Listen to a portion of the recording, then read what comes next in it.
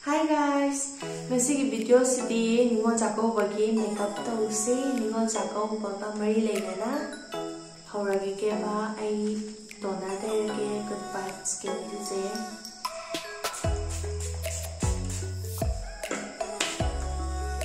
toner sidi na daw ko Pudi mathaga sidi si thage si janhan pe na halan pe aw ko Today, the Wangi Crease Perfector hai. Sisi han bisa lagi aku. Sisi tak apa. Ayung dah aku jadi tu.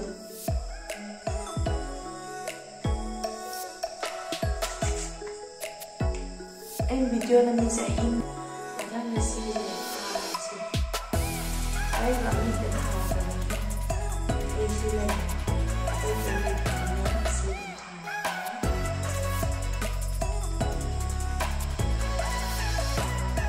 Ningol Chakoba haibasidi chahi amagi amukak thokpanina yamna keraga chatpiyo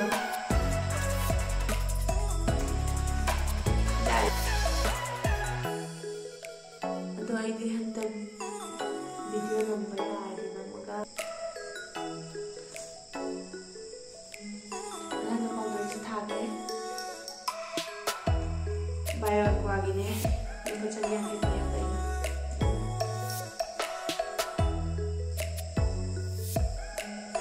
Lai là đúng kia rồi, tôi luôn ở kia tới luôn.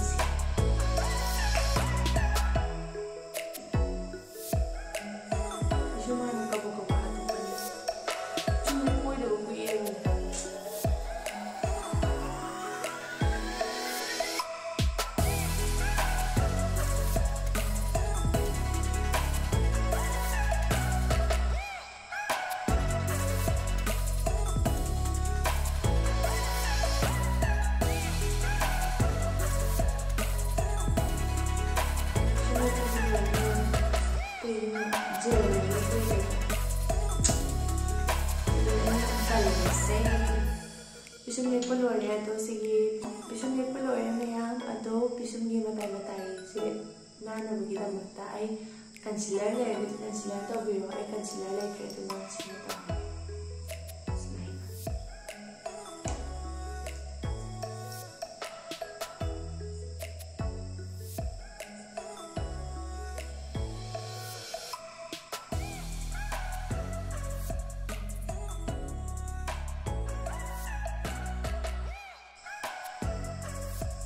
Yang pisum ni thorong loi atau masih betul. Sini ini ngahan gitu. Aduh sudah yawo macam mereka thar gitu kok. Pada si kena saya sisi dari ente sisi dari ni aja sih. Sisi mana tu saya. Sisi nak yang mana pas saya pergi tadi. Si ente.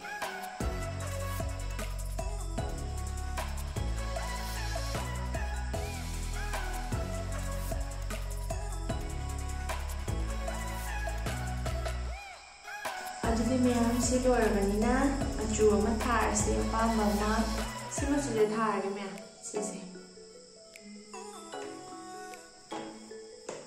Kuna tar jadi ada ni si, na kuna tar ke, mai dah datang.